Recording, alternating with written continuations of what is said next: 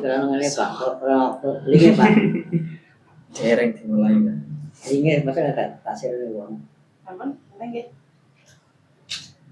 Assalamualaikum warahmatullahi wabarakatuh. Waalaikumsalam.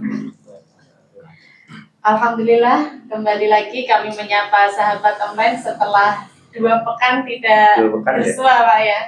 Kembali lagi di program kami yakni Kakak Talk, KUA Kragan Berdialog. Sebuah dialog online dari KUA Kragan yang membahas seputar keluarga, pernikahan, dan masalah-masalah keagamaan. Betul sekali Mbak Nini. Ternyata sudah 2 pekan kita tidak berjumpa teman-teman semua. Betul. Dan ya mungkin kita ada beberapa alasan ya kemarin kita karena ada kegiatan lain. Lain. Dan tanpa kita sadari sekarang itu kita memasuki bulan Dzulhijjah.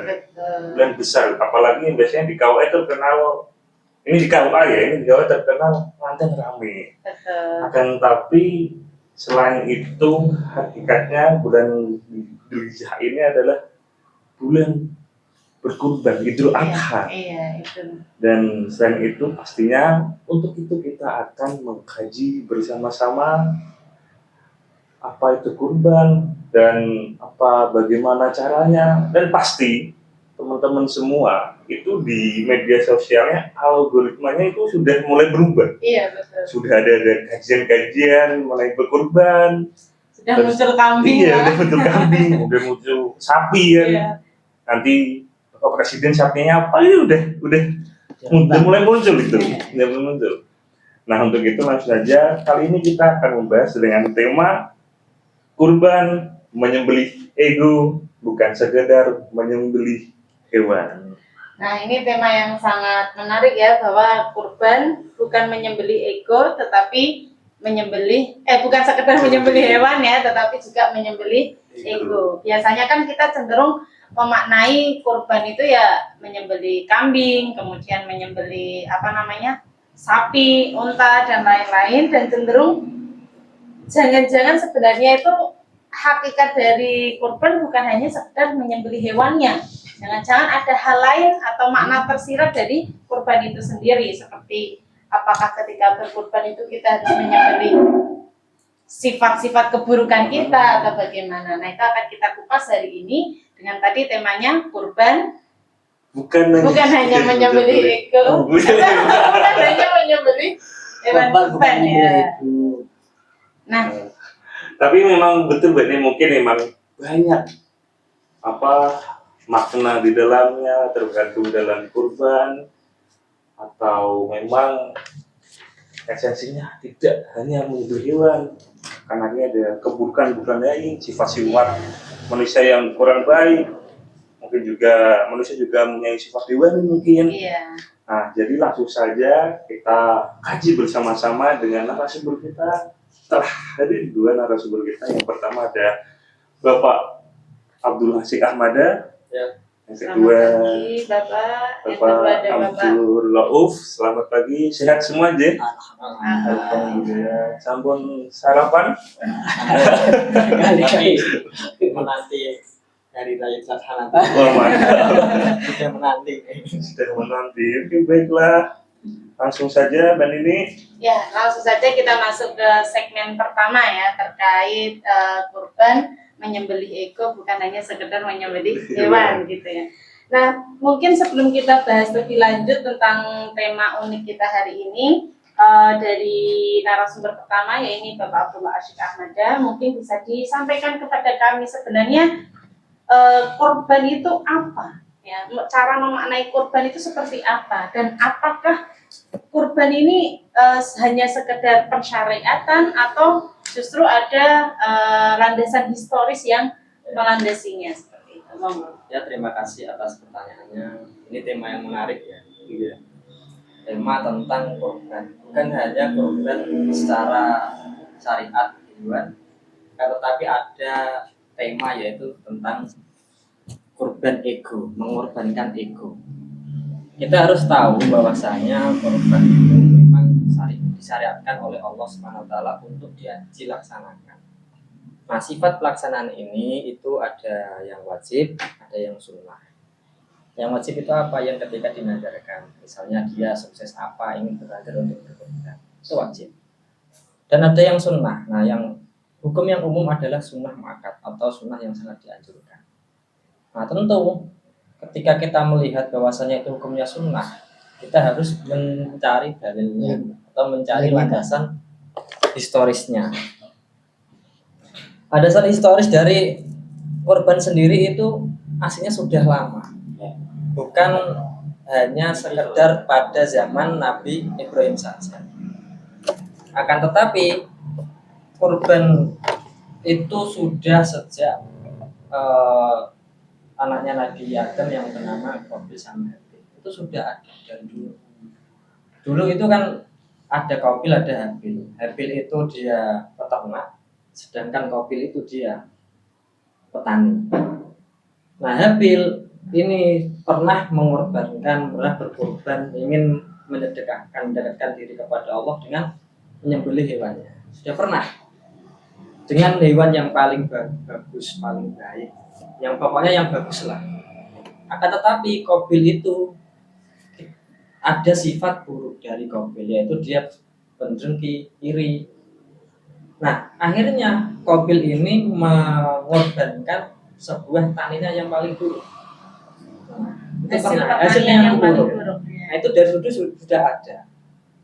Akhirnya terjadilah ada yang namanya cerita Qabil Habil itu yang dan lain-lain itu secara singkatnya. Nah, kemudian di historisnya Nabi Ibrahim itu pernah bermimpi, dia berkata kepada Nabi Ismail, wahai anakku, saya bermimpi bahwasanya saya disuruh oleh Tuhan untuk menyembelih Nabi Ismail itu ya. Dia menyampaikan kepada Nabi Ismail. Terus kemudian Nabi Ismail menjawab, apa itu? Lakukanlah apa yang diperintahkan. Kalau engkau akan menjadikan orang yang takwa, sabar. Sata jiduni, insya Allah Nah, kemudian Nabi Ibrahim dengan duka dia terpaksa untuk melaksanakan perintah Allah untuk menyembelih anak putranya. Bahkan putra yang sangat dicintai. Nek gak dicintai ngono rada gak abot ya. Kan tetapi ini Nabi Ismail itu putra yang digadang-gadangkan memang diberi penerus dan lain-lain, sangat dicintai. Tapi Allah memberikan perintah untuk menyembelih Nabi Ismail. Ini sebuah ujian, kira-kira ini Nabi Ibrahim mau apa tidak mengorbankan putranya, mengorbankan rasa memilikinya, rasa egonya untuk memiliki. Dan Nabi Ismail pun juga dapat ujian, dapat cobaan. Kira-kira dia menjadi orang yang bersabar apa tidak dan tak dan lain. Itu termasuk historis dari apa itu korban. Akan tetapi ada yang termasuk melatar belakangi kenapa kira-kira korban itu kok aslinya Nabi Ismail kemudian diganti hewan kan? Nah, itu kalau kita melihat sejarahnya zaman sebelumnya Nabi Ibrahim itu memang banyak para raja-raja yang mengorbankan anak manusia sebagai sesembahan dewa, sebagai sesembahan Tuhan mereka, dan seperti lain-lain. tradisi Mesir dan lain. Atau mungkin misalnya ada paceklik, nggak hujan-hujan, ada mengorbankan satu orang agar dewanya tidak marah, atau mungkin Tuhannya versi mereka tidak marah, akhirnya menurunkan hujan. Atau mungkin tumbal yang lain-lain, bisa jadi tumbal proyek bisa jadi. Nah, itu menegaskan bahwasanya yang boleh dikorbankan itu bukan manusia, yang boleh hanya hewan saja. Itu penegasan dari Allah, termasuk penegasan dari hikmah adanya cerita dari Nabi Ibrahim dan Ismail seperti itu. Bahwasanya manusia itu mempunyai hak untuk hidup, dan tidak diperbolehkan untuk membunuh manusia. Itu dari segi historisnya. Kemudian dari esensi dari ibadah korban itu aslinya apa? Aslinya ibadah korban itu kan korban kan dekat, korbanan dekat. Kita menyedekahkan, kita menghilangkan rasa sifat kepemilikan kita, menyedekahkan hewan kita, atau mungkin menyedekahkan sebagian dari harta kita itu tujuannya untuk mendekatkan diri kepada Allah Subhanahu wa taala. Namanya kurban, dekat, bukan korban ya, tapi kurban. Kurban itu artinya dekat, proses mendekatkan diri kepada Allah dengan perantara penyembelihan hewan tadi, yang esensinya bukan hanya sekedar mensyariatkan, akan tetapi juga ada yang namanya filantropi sosial. Jadi dari segi sosial juga ada, bukan hanya ibadah saja, pendekatan kepada Allah, juga ada apa itu kebermanfaatan dengan lingkungan sosial. Itu yang ibadah korban seperti itu. Seperti itu. Jadi memang ternyata historisnya berkorban itu sangat panjang. Bahkan sebelum masa Nabi Ibrahim tadi disebutkan bahwasanya sejak raja-raja ya, Nabi Adam, raja-raja juga kan malah menumbalkan anaknya untuk tumbal. Kasarannya Mungkin yang paling cantik atau mungkin yang paling ganteng dikorbankan. Dan pasti kurban itu selalu yang paling bagus Paling ya Pak? bagus. Nggak mau yang jelek-jelek. Nanti dewa tidak menerima. mungkin dulu kan memang mungkin belum ada hak asasi manusia itu. Jadi seenaknya itu raja-raja itu.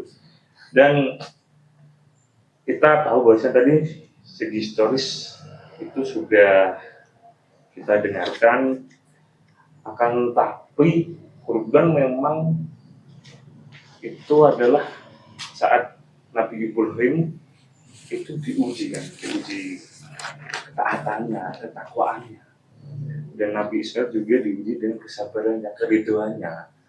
Nah, dari situ, dari cerita tersebut berarti ada hikmah dari esensi kurban tersendiri, atau gimana, Bu?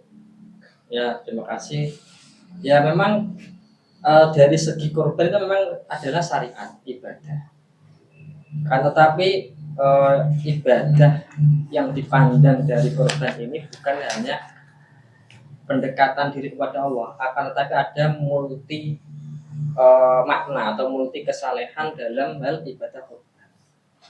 Di antaranya mungkin dalam hal apa itu? Pertama adalah misal dari segi spiritual. Spiritual itu kita bisa mendekatkan diri kepada Allah dengan merelakan rasa sifat kita, pemilikan, mendekatkan diri kepada Allah, mengikhlaskan, itu termasuk spiritual. Yang kedua yaitu dari segi ekonomi, sosial. Dari ekonomi, adanya kurban, apa itu dampak ekonomi kan berjalan. Iya. Ada yang jual ternak, Betul. ada yang jual hewan, ada yang dan lain-lain, ada yang jual birang dan lain-lain. Iya. Kan nanti Jual berjalan, arang. dan lain-lain itu nanti berjalan. Mas Alda yang dinamakan apa itu dari segi sosial. Sosial itu apa? Yaitu ketika hewan itu disembelih kemudian dagingnya dibagi-bagikan, kan termasuk sedekah antar masyarakat kan, antar masyarakat agar saling merasakan rasanya daging kurban itu seperti apa. Itu termasuk sosial. Terus kemudian moral itu dalam hal apa? Dalam hal ketika kita mau menyembelih itu kita harus memastikan kira-kira berangnya atau mungkin apa biasanya Mbak pakai nih golok. Nah, golok itu pakai yang tajam, yang tidak yang sekiranya tidak sampai menyakiti, kan termasuk moral.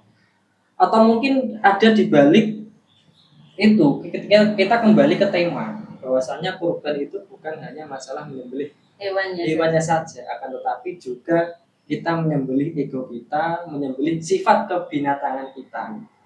Manusia kan mempunyai sifat kebinatangan ya, misalnya rakus atau mungkin yang lain-lain. Kalau kita tidak bisa menyembelih berkorban dengan cara seperti itu, minimal kita bisa menyembelih sifat kebinatangan kita, disembelih agar kita itu bisa mendekatkan diri kepada Allah dengan cara menyembelih nafsu kita. Seperti itu. Nah ini luar biasa sekali ya tadi disampaikan bahwa yang disembelih itu barangkali tidak hanya secara simbolis hewannya ya, tapi ada yang disembelih adalah ego kita, rasa, kemudian sifat-sifat hewan dari dalam diri manusia itu sendiri, seperti itu. Dan tadi juga dijelaskan bahwa dari ibadah kurban itu juga bisa dilihat dari berbagai aspek ya Pak Iya, ya. aspek. Ada dari spiritual, kemudian dari ekonomi, Ekonomi. sosial, bahkan sampai ke Moral. moral ya. Dalam ibadah kurban terkait tata cara menyembelih saja ada panduannya ya. Panduannya. Padahal itu antara manusia dengan Dewa. hewan. Iya. Apalagi kalau manusia dengan manusia. Ini juga harus diperhatikan seperti itu. Nah, kita beranjak ke narasumber yang kedua ya. Mungkin dari Pak Yai Rauf bisa disampaikan ke sahabat semua hakikat kurban menyembelih ego atau menyembelih sifat-sifat tercela dari manusia. Monggo. Ya, terima kasih kepada Mbak Nini dan Mas Rizal. Tujuan daripada kurban tidak hanya menyembelih hewan atau binatang, juga menyembelih ego kita, kan gitu ya. Itu dilihat tujuannya apa. Tujuan pertama kali kurban itu apa? Tujuannya kan taqarruban ilallah. Ya. Makanya cocok dengan apa itu istilahnya kurban. Dalam bahasa Arab nggak ada istilah kurban. Yang ada kan di Indonesia. Iya. Ya. Korban. Kurban kan bahasanya kan udhiyah. Iya. Berarti kalau kita menyembelih binatang pada waktu apa itu hari raya Idul Adha namanya udhiyah kan gitu. Kan nggak ada kurban. Kurban itu kan bahasa Indonesia atau bahasa Jawa ya itu. Ada istilahnya bahasa Arab yang sudah dimasukkan ke dalam bahasa Indonesia atau bahasa Jawa. Iya, sebenarnya. Kenapa korban itu mungkin pinter-pinternya ulama dulu, ulama-ulama Nusantara ya, mengatakan korban karena menyembelih hewan pada waktu itu harus dasar dengan taqarruban. Korban itu dari kata taqarruban Allah, kurban, taqarruban, kurban, mendekatkan diri kepada Allah itu. Jadi yang pertama harus benar-benar mendekatkan diri kepada Allah. Tujuan utama kurban bukan hanya semata-mata untuk menyembelih hewan. Kita menghentikan rasa ego kita ya. Di sini taqarruban, kalau kita sudah taqarruban ilallah, maka hati kita akan semakin bertambah takwa kita, iman kita kepada Allah. Kemudian yang kedua yaitu tujuan kurban itu meneladani Nabi Allah Ibrahim alaihissalam. Di teladan dalam segi kesabarannya, ya, dalam segi ketakwaannya, keriduannya dan sebagainya. Makanya kita umatnya Rasul disuruh mengikuti. Ya. Dalam Al-Quran dikatakan buat tabi millata Ibrahim Hanifah. Jadi mengikuti saja apa itu syariat Nabi Allah Ibrahim alaihissalam termasuk yang pada waktu ini yang dikehendaki adalah melakukan kurban. Kemudian di samping kita itu taat, kita wujud syukur kita kepada Allah Subhanahu wa taala. Kita mewujudkan syukur yaitu apa? Membantu apa itu istilahnya apa ya? Wujud syukur kita kepada Allah Subhanahu wa taala atas nikmat yang diberikan oleh Allah Subhanahu wa taala sehingga pada waktu itu bagi umat Islam disunahkan, tidak wajib ya. Sunnah ini bagi orang yang mampu disunahkan untuk mewujudkan syukur kita kepada Allah Subhanahu wa taala dengan cara kita menyembelih hewan. Kemudian di samping itu harus membersihkan harta dan jiwa kita lewat kita berkorban.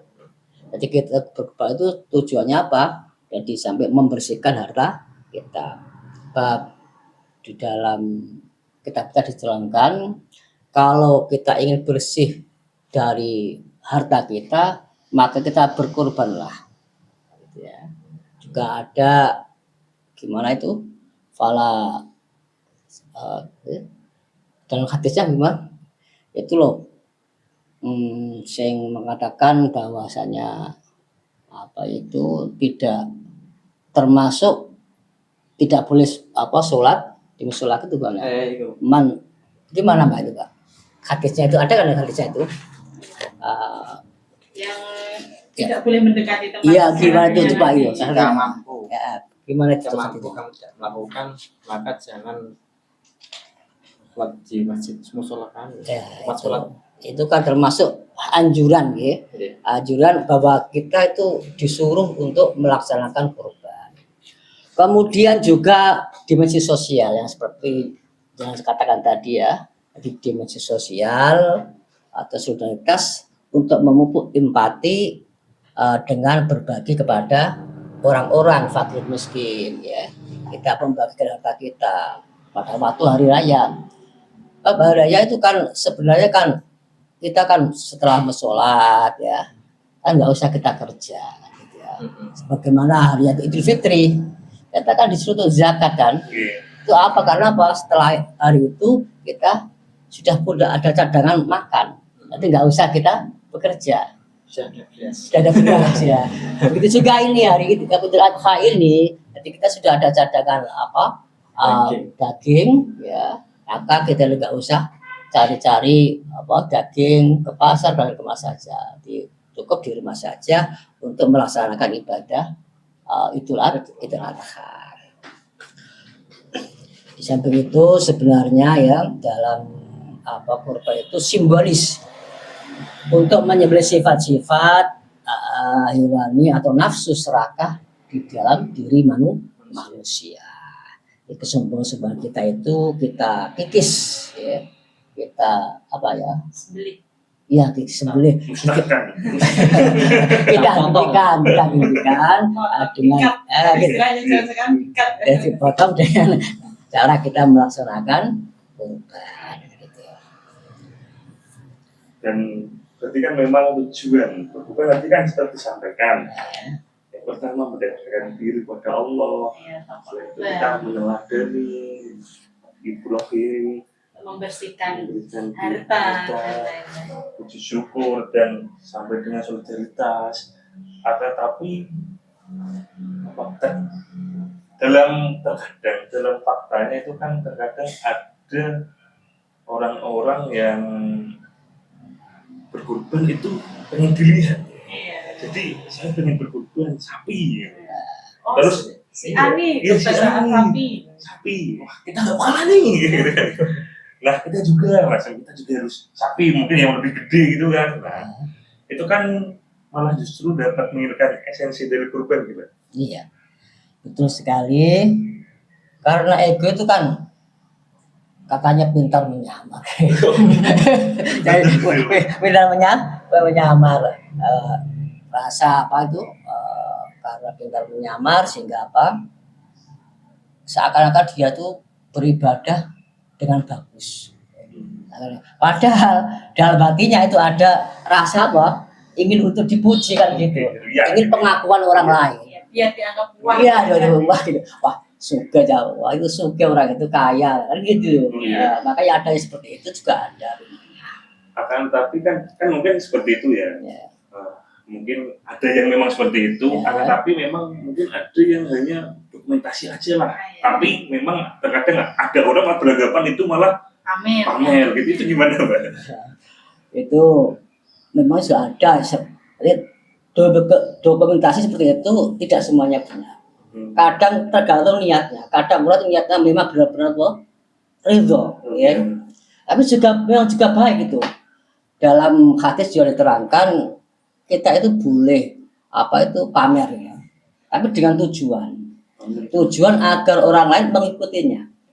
Itu ada itu. Kalau nggak salah di Arba'in Nawawiyah. Jadi orang itu boleh pamer dengan tujuan orang lain dia mengikutinya gitu. Jadi tak habis binik. Iya, gitu. Jadi mereka itu diumumkan kadang si A ini mengeluarkan kurban sebanyak 5 ekor kambing atau 2 sapi, 2 lembu kan gitu. Itu jangan orang lain dia ada himmah, dia ada rasa kepengen untuk mengikutinya. Itu boleh tuh. Apalagi diviralkan. Zaman sekarang kan kalau viral kan gampang ikut Mbak.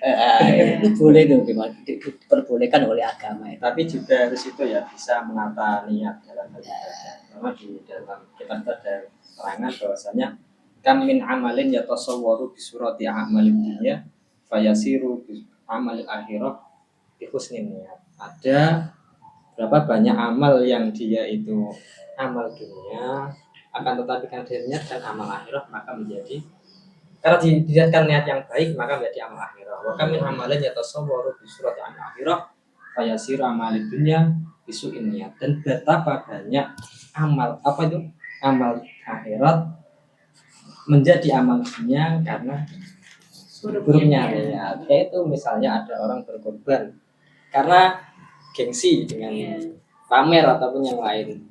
Mungkin dari segi kita ambil positifnya bisa menggiring orang lain agar beribadah yang sama, akan tetapi juga harus mengetahui bahwasanya mungkin dia juga harus menata niatnya, karena bisa jadi dia inginnya berkorban akan tetapi hanya semata di dunia saja, tidak mendapatkan amal akhirat seperti itu. Maka niat itu perlu Pak. Perlu ya, perlu ditata. Niat itu alamal apa? Innamal bil niat itu perlu. Tapi memang gini berarti kalau pertama mungkin riya mungkin ya. Iya, iya. Tapi lambat laun kan nanti kan riyanya kan berusaha. Jadi kita tidak bisa lepas dari riya. Jadi kita harus bisa mencegah. Awalnya mengikis sedikit demi sedikit. Insya Allah bisa. Kita tiba menyembelih itu. Ya. Rasa itu loh. Beli Ego kita. Karena apa? Karena yang diterima itu bukan dagingnya kan. Ya, yang Kan penting ketakwaannya. Takwa itu dalam hati kan. Dalam Quran yang jelas ya. Iya. Yang daging dan darah tidak Bisa. diterima Ya. kan. Layanal woha Ya Allah itu. apa luhumuha Watimauha. watimauha. Itu kan apa itu yang diterima bukan dagingnya dan darahnya tapi apa? Ketakwaan. Takwaannya. Mungkin ya lalu at-taqwa kan gitu.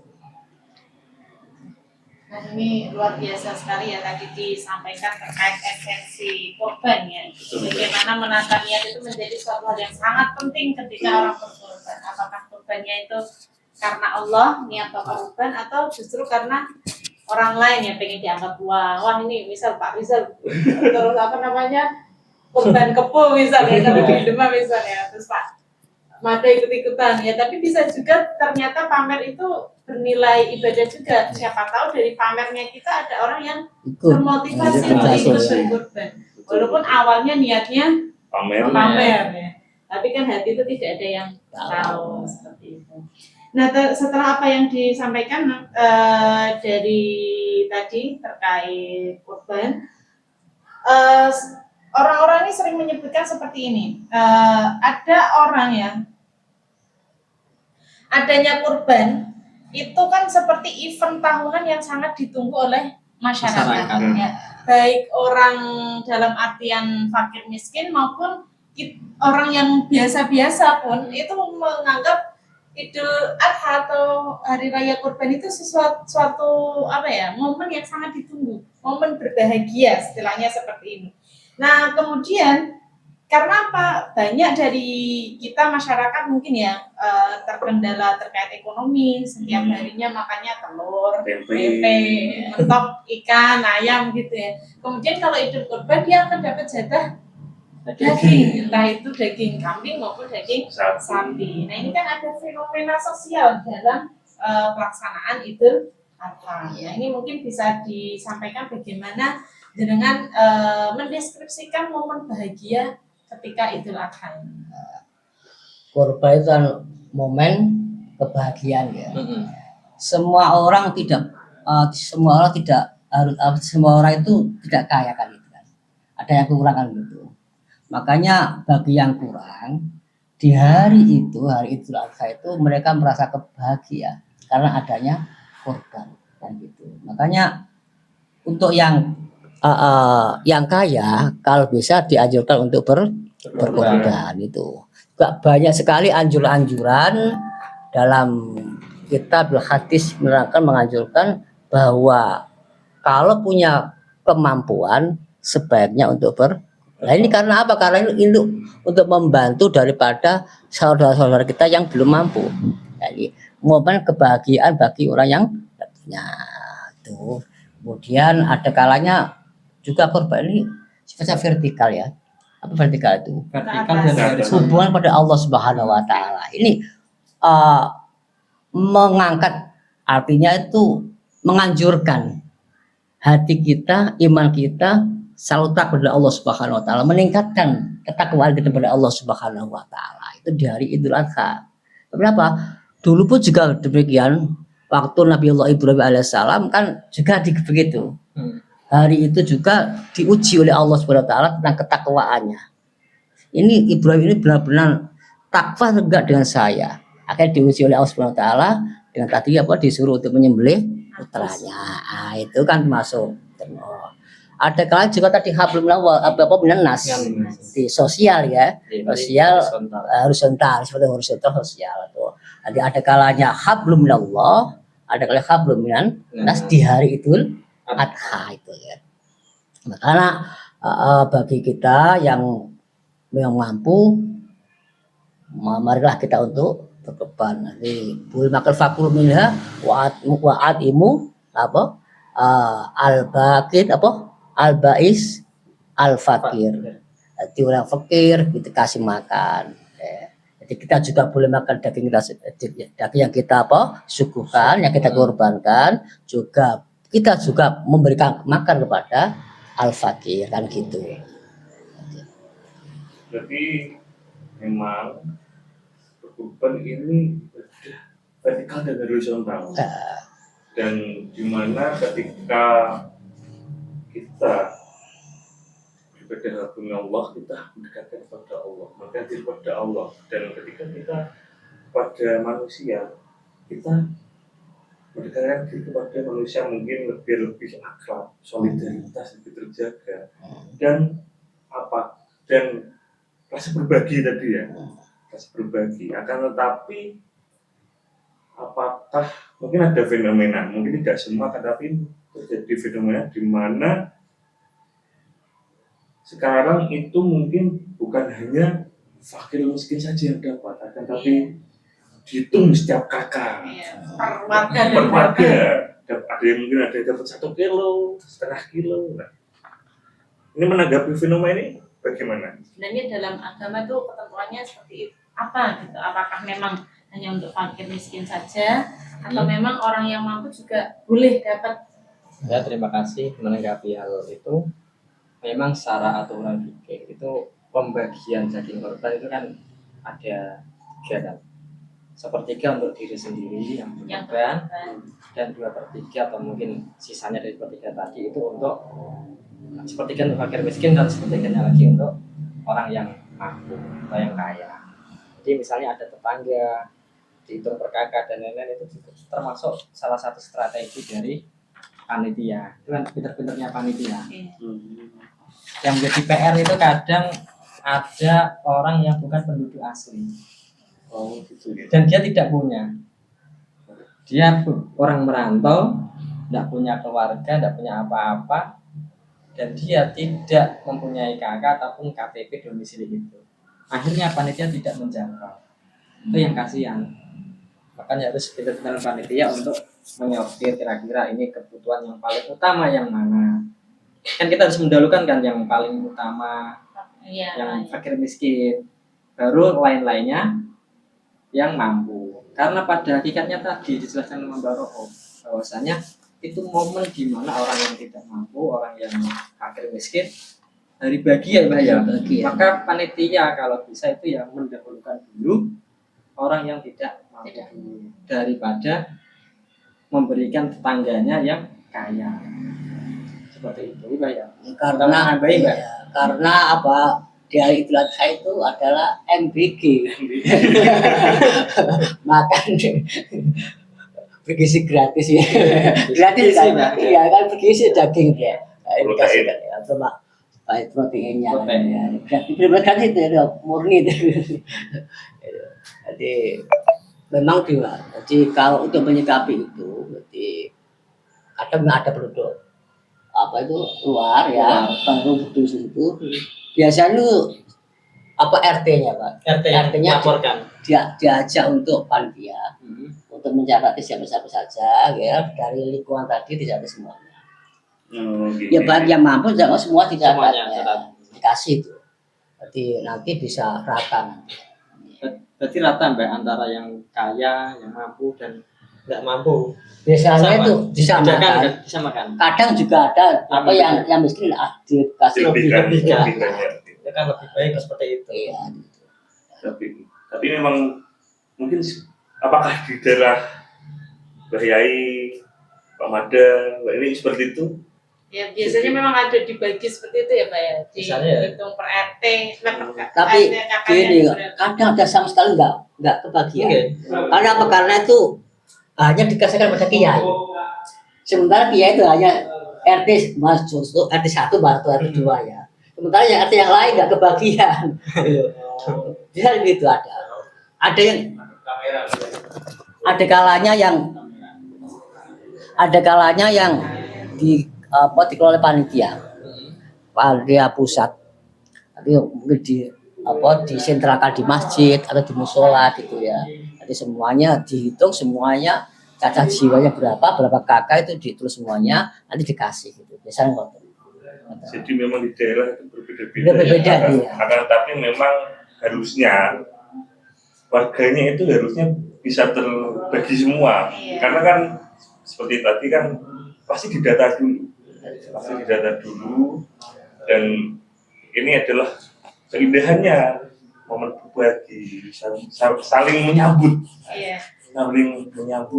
dan saling menunggu itu pastinya. Nah, juga kadang tuh fenomenanya kan sekarang banyak juga yang disembelih secara pribadi kan. Nah, jadi kayak misal Bani A misalnya atau Bani B, Ya, kemudian melaksanakan kurban secara mandiri kemudian dibagi. Dan itu jauh lebih enak karena kadang ya orang-orang dapat dari masjid tapi juga dapat dari orang-orang tertentu yang melakukan penyembelihan secara mandiri. Itu juga kalau kebakaran ada kebagian. Apalagi dalam saudaranya banyak. Nah, ya itu berarti memang tergantung bagaimana estimasi istilahnya dalam menjangkau para mustahiknya itu harus benar-benar dicatat dengan baik. Nah mungkin ini kita bisa langsung saja ke sesi pertanyaan ya Pak ya. Apakah sudah ada yang bertanya di kolom komentar? Belum, ini sudah ada, cuma ini kayaknya guyonan ini. Bercandaan ini, Mas Naskar ini, Kak Naskar ini. Gimana? Apakah sapi sekarang langka karena katanya MBK potong sapi setiap hari 19.000?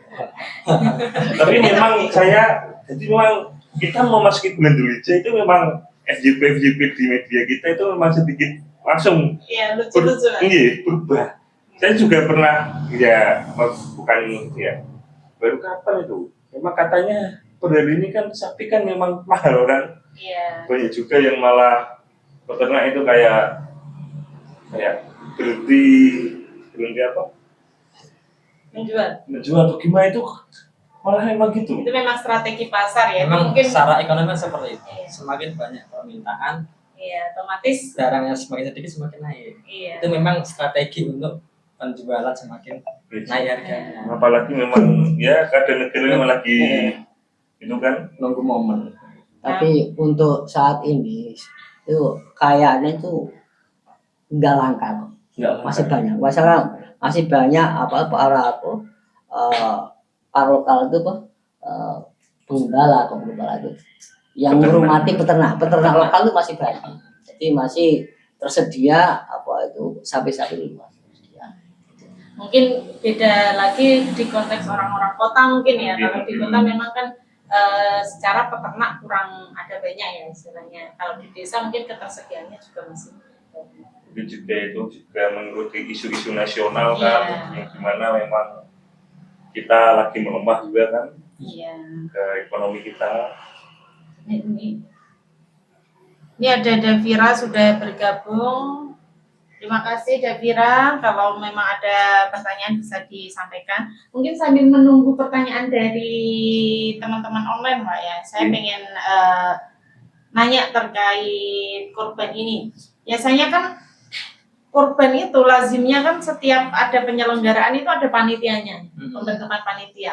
Entah itu dikawal oleh pihak masjid atau mungkin dari Mbah Yai tertentu, itu kan biasanya ada panitianya. Nah, panitia ini kan juga mereka yang bertanggung jawab terkait dagingnya ataupun bagian-bagian lain. Apakah ini nanti mau didistribusikan kemana? Apakah didistribusikan semua atau tidak? Yang dibagikan ini apakah daging tok atau bagian-bagian lain juga dibagikan? Nah ini kalau misal ya, sebagai panitia, yang namanya panitia itu kan butuh operasional ya. Entah itu operasional dalam nanti ngurus kulitnya, ngelas ya istilahnya, atau operasional lain, konsumsi makan dan lain-lain. Misal daging kurban ini atau bagian lain dari hewan kurban dijual oleh panitia untuk operasional pelaksanaan penyelenggaraan kurban, itu boleh nggak sih kalau dalam agama?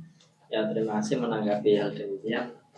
Memang itu kan sesuatu yang perlu dijelaskan bahwasanya dalam kitab fikih itu di dalam ada 4 mazhab itu ya, mazhab Maliki, Syafi'i, Hambali, itu berbeda pendapat. Dan yang ketiga itu dia mengharamkan secara mutlak menjual daging kurban, dan yang satu yaitu membolehkan. Jadi jumhur ulama itu lebih banyak yang mengharamkan menjual hasil dari daging itu. Kenapa kok diharamkan kira-kira? Pasti kan bertanya-tanya kan, kan hak milik kan itu. Iya. Kan hak milik penuh kan? Kenapa Karena kok sudah dikasihkan kan hak milik penuh, mau dibagikan lagi, mau itu kan aslinya kan boleh-boleh saja. Nah, kenapa kira-kira kok diharamkan? Dikarenakan ya tadi kita kembali ke awal bahwasanya kurban itu adalah mendekatkan dengan cara mengikhlaskan harta. Dalam arti yang tidak boleh mengkomersilkan dari daging tersebut, entah kulitnya atau dagingnya, walaupun itu panitia, tidak boleh. Nah, maka ketika ada orang yang sedang berkurban dan dititipkan kepada panitia, maka berpintar-pintarlah untuk memberikan dana operasional. Itu tidak boleh. Tidak boleh menjual daging ataupun kulit ataupun mungkin kepala atau mungkin yang lain. Itu tidak boleh mengkomersilkan, tidak boleh. Mungkin bisa ditambah dari Ini memang juga harus dulu terjadi oleh panitia. Maka perlu diluruskan sebenarnya. Daging korban kan wajib disedekahkan kan? Sedekah. Wajib. Tidak boleh untuk dikomersilkan. Wajib disedekahkan itu. Makanya andai kata biasa juga demikian. Jadi Pak Mudhoki, panitia kan watur Mudhoki kan panitia itu. Jadi pakainya Mudhoki, wakilnya orang korban, yang korban. Maka dia harus seperti orang yang korban, statusnya dia.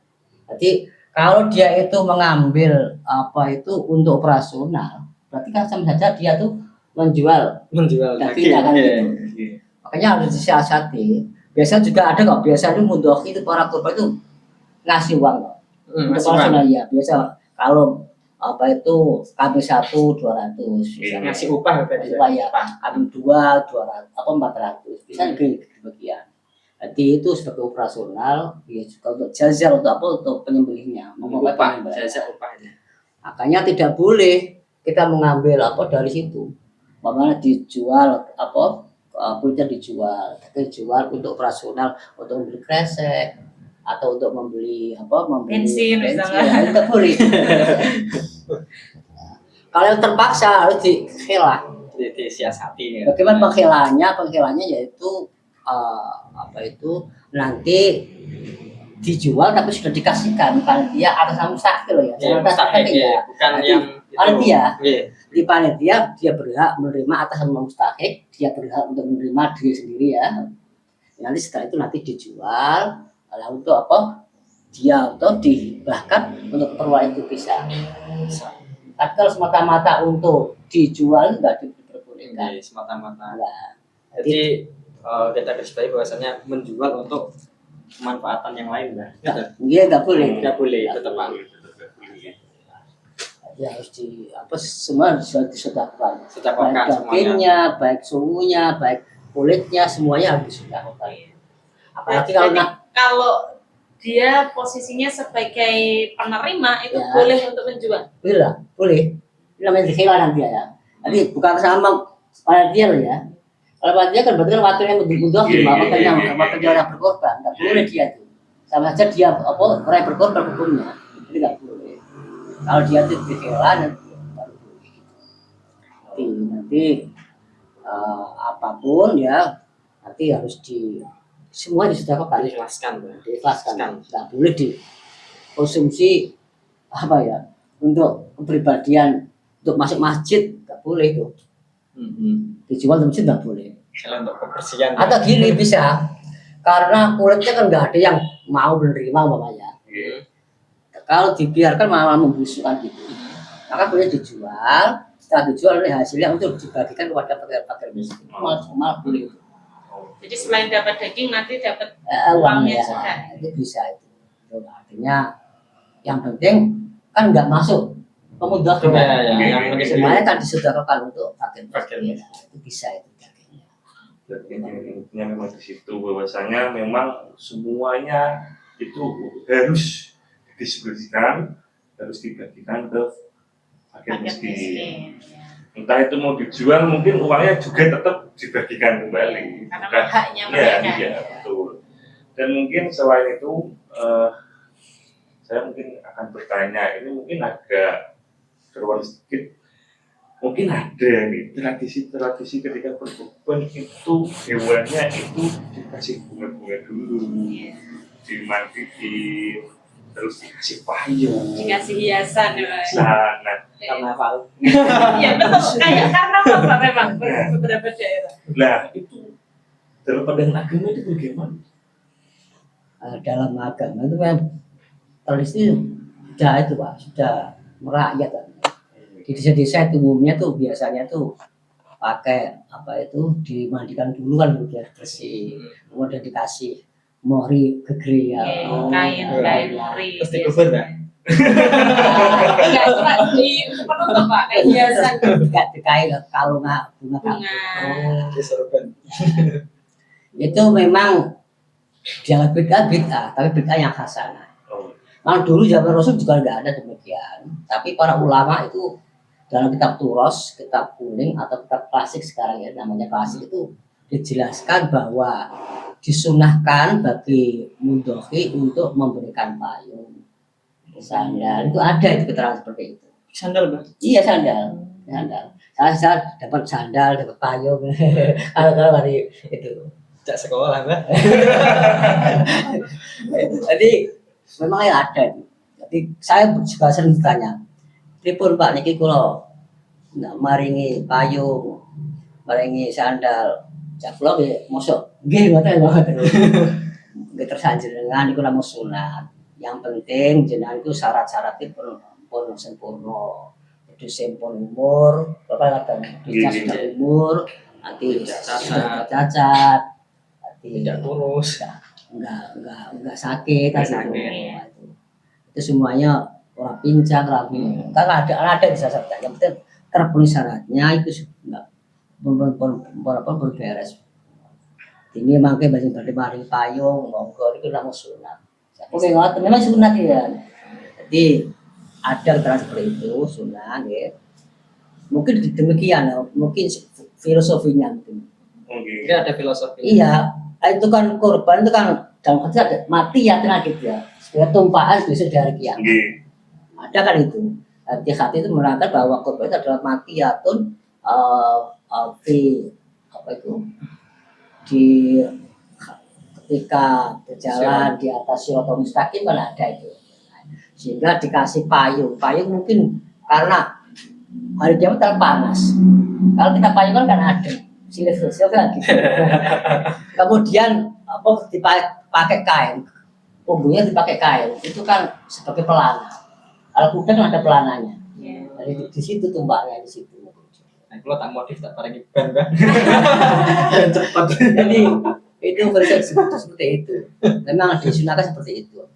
Jadi dikasih wangi-wangi memang benar. Oh, Jadi apa itu korbannya kan harus besok kan harus dalam posisi apa? Fatihu. Jadi harus bersih wangi kan gitu. Makanya sebelum itu dimandikan bersih kemudian dikasih wangi. Itu filosofi seperti itu mungkin. Mungkin seperti itu Iya ya. mungkin. Iya. Jadi kalau kita mungkin budaya hasanah itu. Sebab di dalam kitab-kitab sudah terkait seperti itu, ada itu keterangan. Mungkin juga karena memang dalam Islam kan terkait untuk memuliakan atau istilahnya membaguskan apa ya istilahnya untuk berbuat baik kepada hewan yang akan dikurbankan kan ya, mungkin itu bagian dari Oke. tradisi Tapi kalau- syariat itu. Kalau yang sampai apa itu berlebihan ya Iya. makruh, nggak boleh. Yang penting memenuhi syarat, cukup kita mau memberikan kebaikan ke hewan yang akan disembelih, tidak salah. Yang penting tidak berlebihan. Dan tidak dianggap wajib Ya, lah ya. wajib. Takutnya Wajib. nanti masyarakat mungkin Masyarakat. dianggapnya Ini wajib nggak harus sah. nah ini Nanti kan. begini. Begini. Nanti nggak sah lah takutnya kayak gitu. Kalau saya lebih ke makruh saja. Iya. Kalau sampai memberikan macam-macam lah kayak karnaval, makruh lah. Nah, Tapi kalau cuman sekedar tadi biasa itu ya tidak apa-apa. itu memang sudah ada keterangan Pak, disunahkan itu. Jadi ketika itu mengasih itu kan, ya kan nggak berlebihan kan itu. Kalau berlebihan ya Berlebihan kalau dia mampu kan nggak masalah. Mungkin kasih kalau apa kalau mas ya kan enak panitianya atau kiainya nanti kayak sutako itu. Yang penting itu mereka nggak keberatan. Dan kita menganggapnya itu sebagai salah satu hazanah gitu ya, hazanah dari apa yang dilakukan oleh masyarakat dulu. Dilakukan ke monggo enggak juga tidak mempengaruhi dari ibadah itu sendiri. Nah mungkin saya juga ingin bertanya tambahan ini Pak Mada ataupun Pak Roh. Hewan kurban itu kan memang dagingnya diperuntukkan aslinya ya, diutamakan untuk fakir miskin. Tetapi masyarakat diberi, ya, tetangga itu juga dikasih jatah. Nah kemudian karena sekarang ibaratnya hampir orang itu yang benar-benar fakir miskin semakin berkurang. Rata-rata semua orang itu juga dia sudah mampu untuk makan enak. Kemudian muncul kebiasaan masyarakat yang sekarang kayak gini. Kalau kurban ada sapinya seneng, tapi kalau kurbannya cuma kambing nggak seneng lah kok nggak ada sapi, lah kok kurbannya kambing tok. Nah ini menurut pandangan jenengan gimana? Karena kan memang aslinya itu untuk orang yang tidak mampu. Nah bagi orang yang sudah terbiasa makan daging, dia lebih menunggu kalau kurbannya itu sapi, bukan kambing. Sehingga banyak yang kemudian akhirnya ikut arisan supaya nanti dapatnya sapi. Nah itu bagaimana jenengan menanggapi fenomena masyarakat yang seperti itu? Ya, terima kasih.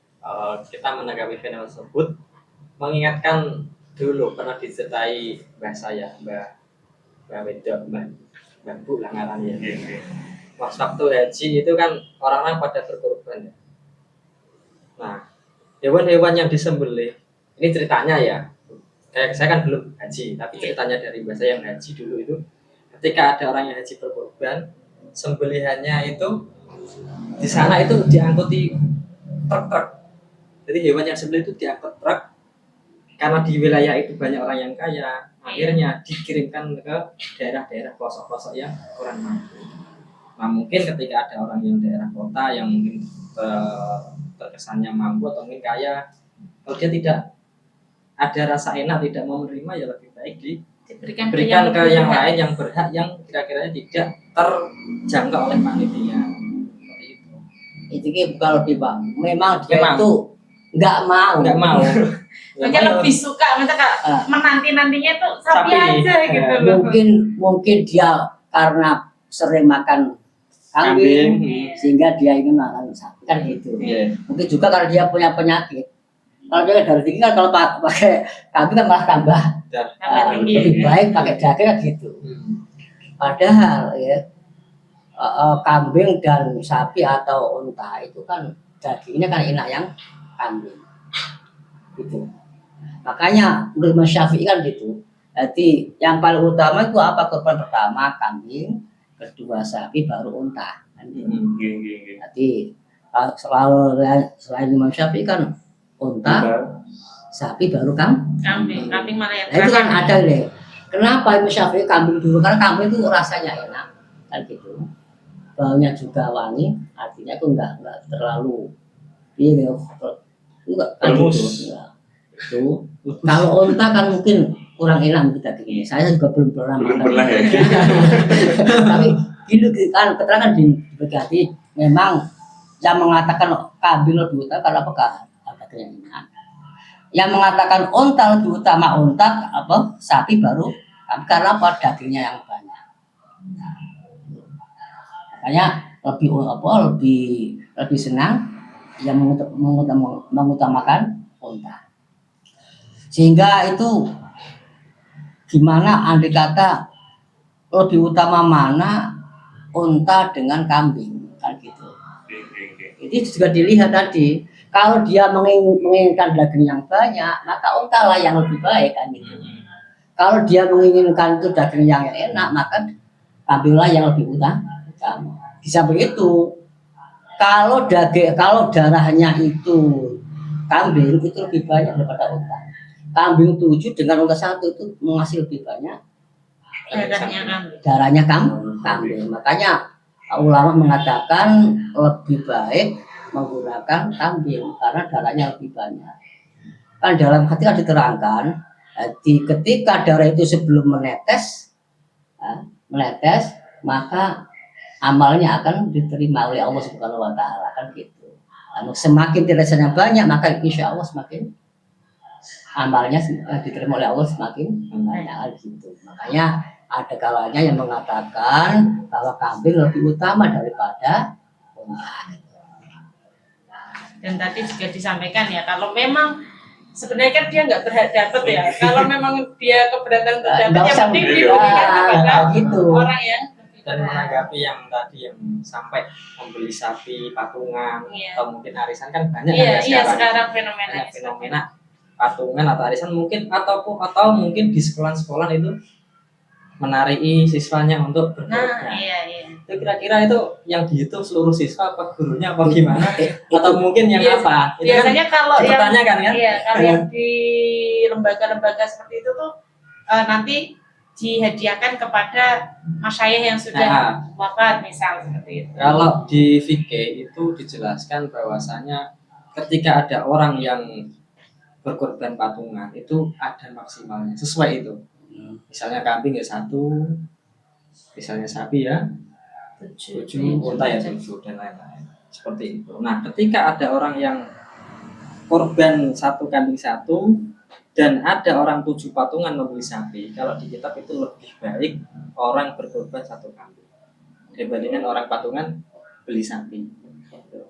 Nah, jika ada orang yang patungan lebih dari jumlah maksimal, maka yang lain tidak sah, tidak ikut di hitungan tadi.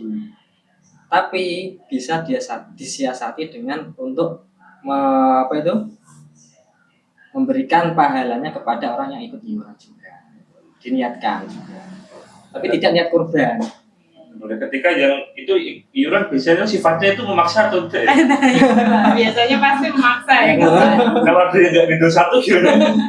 Itu yang jadi bahaya. Makanya tadi lebih baik 1 ya. Itu kan sebagai latihan sedekah di bulan di waktu hari raya itu. Kalau latihan itu mungkin udah umum, Mbak. Tetapi yang dipertanyakan masyarakat itu kira-kira semuanya dapat nilai itu apa tidak gitu. Tapi apa itu? Yang dapat cuma ya 1, akan tetapi yang lain dapatan pahalanya saja, bukan korban ya.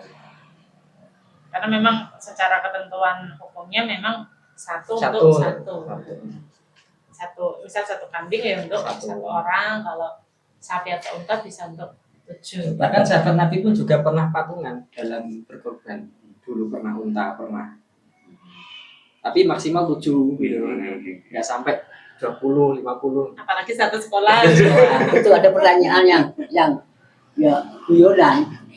Bagaimana lagi? Apa ini Mbah? Kalau saya 8, apa boleh pakai sapi 1? 8 pakai 1 yang akhirnya pinter sama kiai. Boleh, kenapa nggak boleh? Tapi yang syaratnya apa? Anci isapi nih. Kalau munggah nanti kan kedua ada anci-anciannya. Apa anciannya? Kambing 1. Terus ya. Kambing munggah ya. Jangan sok nggak sah itu, jangan gitu. Kiai itu harus punya sah gitu. Boleh tapi harus nambah 1 kambing untuk anci-anci muda. Itu bisa satu. Yang 7 untuk Sapi. sakana, yang 1 untuk kambing. Kambing. Tanpa kemudian menyebutkan nama yang kambing siapa. Ya, ternyata untuk menjadi kiai itu juga harus pintar membaca situasi, Pak ya. Oke. Pengalamannya itu luar Luar biasa. biasa. Apa jangan-jangan barok sendiri ya? Kalau kemarin program Lamfad bin Khalid gimana? Kalau kita itu berdakwah itu kok keras kepala, keras, ya semuanya akan buyar. Iya. Lamfad bin Khalid akan semuanya akan di sekeliling kita akan bubar. Itu termasuk itu masing-masing apa? Cara untuk berdakwah. Jangan terlalu dilihat dengan sikon lah kemudian. Iya. Kalau memang kondisi masyarakat itu masyarakat yang awam, yang masih kolot ya kita harus bagaimana Harus pandai. pandai-pandai kita untuk merangkulnya kan gitu. Berarti termasuk terkait tadi ketika misal ya kita merasa oh lingkungan kita nih sudah banyak yang mampu, kemudian kita memilih untuk berkorban ke daerah lain. Ya kita misal contohlah kalau sekarang itu banyak kan korban di Palestina misal, atau korban untuk daerah terpencil mana seperti itu. Nah itu bagaimana? Apakah itu boleh atau tidak? Itu boleh ya, tapi yang baik kalau bisa itu dipilih. Kenapa? Kita memberitakan yang beli kan kerabatnya. Kerabatnya. Dan kalau di Quran nanti ada diterangkan saudara itu di apa ya? Terutama di kerabat dulu. Tapi juga tidak apa bentuk kemungkinan di walaupun di luar atau di mana saja, yang penting itu disodorkan. Kita diperbolehkan itu. Mungkin mau Ya sama diperbolehkan, akan tetapi yang lebih utama itu yang sekeliling kita dulu. Ketika ada sekeliling kita kok ada yang kekurangan, tapi kita lebih ke contohnya lain kan kasihan. Padahal kewajiban kita yang sekeliling kita itu yang dekat yang dekat kita. dulu. Apa ada pertanyaan para pemirsa? Ini sepertinya sudah tidak ada. Mungkin dari Pak Rizal yang mau bertanya. Terus sahabat-sahabat online bisa menyampaikan pertanyaan. Dari Pak Sofa mungkin mau bertanya terkait korban ini ya. Karena Kucing gitu. Yang penting yang itu berperasaan. Ada berperasaan bahaya, berperasaan. gimana? Ada pertanyaan lanjutan?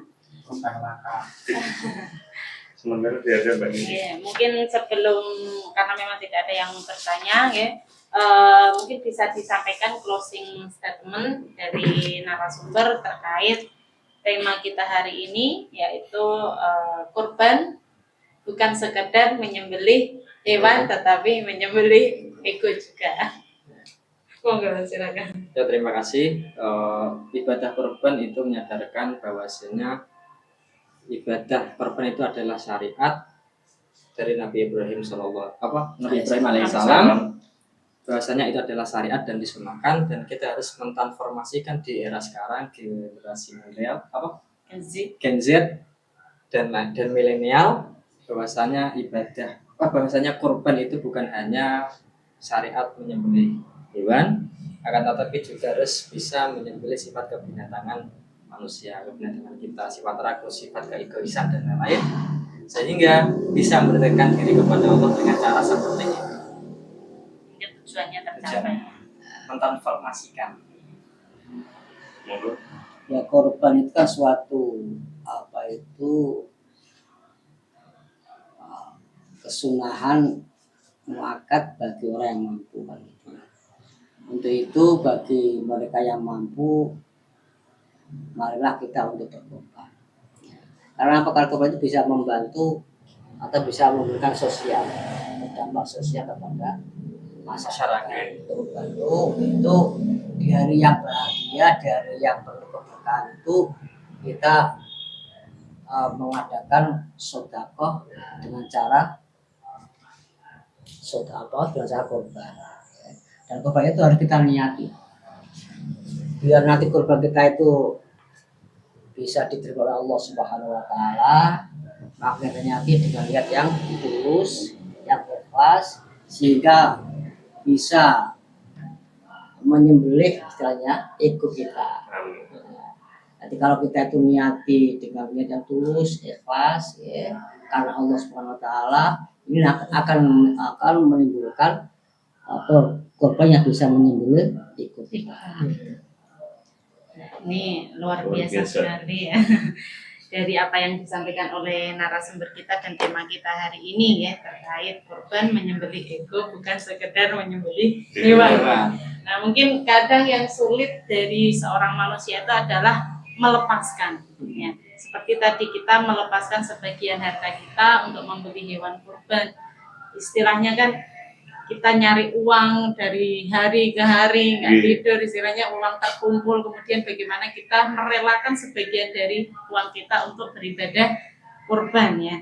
Kemudian bagaimana kurban ini mengajarkan manusia bahwa kurban itu tidak hanya menyembelih hewan ya, tetapi juga menyembelih ego tadi, ego rasa ingin pamer, ego rasa terlalu cinta terhadap harta ya, kemudian ego ingin dipuji dan dianggap wah oleh masyarakat dan lain-lain. Dan pada akhirnya dari kurban itu bukan seberapa besar hewan yang mampu kita kurbankan ya, bukan berarti kemudian langsung biar kelihatan wah saya mau korban gajah gitu. Tidak seperti itu ya. Dan juga bukan seberapa sering ya biar kelihatan wah setiap tahun kita harus korban dan lain-lain, tetapi bagaimana besarnya keikhlasan kita untuk merelakan harta kita sebagai bentuk ketaatan kita kepada Allah dan kepedulian kita kepada sesama manusia. Betul sekali Mbak Nini. Berkurban bukan hanya makan daging, tapi memberikan rasa kepedulian kita, kemanusiaan kita untuk menumbuhkan cinta, kasih, rasa solidaritas kepada sesama. Dan kita juga pastinya gak mau bahwasanya jika seseorang hanya tersenyum sendirian, kita lebih senang apabila kita tersenyum bersama-sama. Dan pastinya semoga kurban tahun ini membuat kita bukan hanya lebih taat, akan tapi juga lebih merakyat, lebih solidaritas. Tidak hanya taat tapi merakyat ya. Dan semoga Idul Adha tahun ini membuat bukan hanya tentang memberi hewan kurban, tetapi tentang memperbaiki hati dan hubungan kita dengan sesama. Dan semoga ya kita nanti juga diberi kesempatan oleh Allah sebagai orang yang bisa berkorban ya. Nah, semoga karena ya itu tentu cita-cita kita juga. Salah satu juga ya, untuk bisa berkorban apalagi bisa rutin. Nah, terima kasih atas penyampaian dari narasumber, dari Pak Ahmada, dari Pak Rauf terkait pembahasan kita hari ini. Terima kasih juga untuk sahabat-sahabat online yang sudah membersamai kami dari awal sampai akhir, yang sudah tap-tap layar ya, dan berkomentar dan lain sebagainya. Ya, karena memang support dari sahabat online ini sangat berarti untuk program Kakak Talks. Dan untuk teman-teman Kakak Talks, apabila memang belum sempat mendengarkan, teman-teman bisa langsung saja nanti punya cuplikan-cuplikan kita entah di TikTok, Instagram, dan mungkin nanti fullnya ada di YouTube. Jadi dan apabila teman-teman ingin menanyakan sesuatu bisa langsung saja ke DM ataupun ke kolom komentar dari akun media sosial kita. Iya, betul sekali. Dan sekali lagi kami semua mengucapkan terima kasih atas supportnya dan mohon maaf apabila kami ada kata-kata atau kalimat yang menyinggung teman-teman, kami mohon maaf. Dan untuk itu sekian dari kami. Wassalamualaikum warahmatullahi wabarakatuh. Waalaikumsalam warahmatullahi wabarakatuh.